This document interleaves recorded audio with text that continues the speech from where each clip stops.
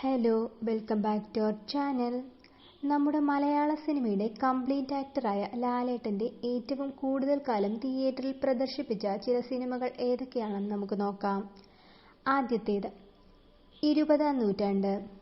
ലാലേട്ടനെ നായകനാക്കി കെ. മധു സംവിധാനം ചെയ്ത ഈ ചിത്രം കേരളത്തിലെ തിയേറ്ററുകളിൽ ഏകദേശം 250 ദിവസങ്ങൾക്ക് മുകളിൽ പ്രദർശിപ്പിച്ചിട്ടുണ്ട്.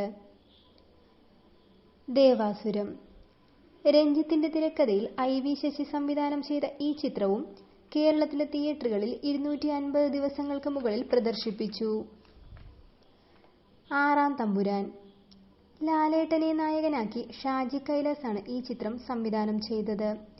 ലാലേട്ടനെ കൂടാതെ ലേഡി സൂപ്പർ സ്റ്റാറായ മഞ്ജു വാര്യരും പ്രധാന കഥാപാത്രത്തിലെത്തിയ ഈ ചിത്രം കേരളത്തിലെ തിയേറ്ററുകളിൽ 250 ദിവസത്തിലേറെ പ്രദർശിപ്പിച്ചു.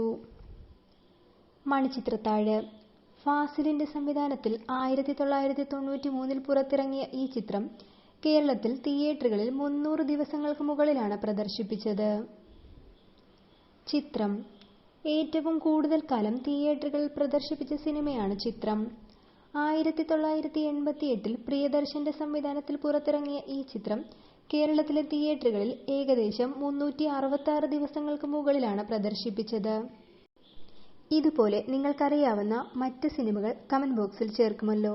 ഈ വീഡിയോ നിങ്ങൾക്ക് ഇഷ്ടമായെങ്കിൽ ഈ ചാനൽ സബ്സ്ക്രൈബ് ചെയ്യുക, മറ്റുള്ളവർക്കായി ഷെയർ കൂടി ചെയ്യുക. Thank you for watching.